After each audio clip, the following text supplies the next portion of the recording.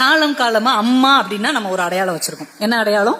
இந்த குடும்பத்துக்காக துவைச்சு போட்ட மாதிரி வேலை செய்யணும், எல்லா வேலையும் செய்யணும். நான் வந்து எங்க அம்மா யார் தெரியுமா? குடும்ப வன்முறைன்னு ஒண்ணு சொல்றோம்ல.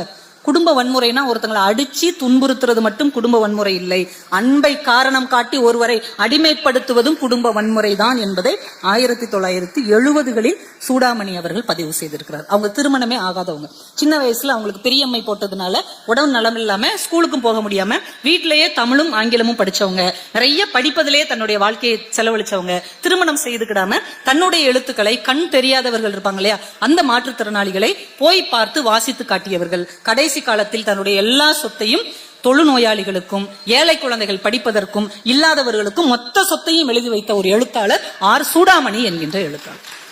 பெண்கள் பதித்து வந்த சுவடுகள் எவ்வளவு பலமானதாக இருக்கிறது, எவ்வளவு பெரிய சிந்தனை. இன்னைக்கு கூட நம்ம யோசிப்போம், நம்ம அம்மா இப்படி ஆக்டிவா இருந்தா நம்ம ஒத்துக்குவோமா?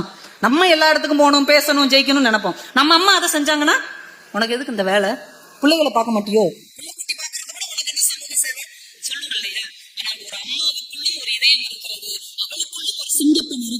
அவளுக்குள்ளும் ஒரு ஆற்றல் மிகுந்த வலிமை மிக்க ஒரு மனுஷி இருக்கிறாள் என்பதை பதிவு செய்த முதல் கதை செந்திரு ஆகிவிட்டாள். அதுவரைக்கும் அம்மாவாகவும் மனைவியாகவும் இருந்தவள் தானாக மாறிவிட்டாள். என் இனிய நண்பர்களே, இந்த மார்ச் 8 பெண்கள் நீங்களாக இருங்கள், உங்கள் கனவுகளுக்காகவும் நேரம் ஒதுக்குங்கள், உங்கள் லட்சியங்களுக்காகவும் கொஞ்சம் இடம் ஒதுக்குங்கள்.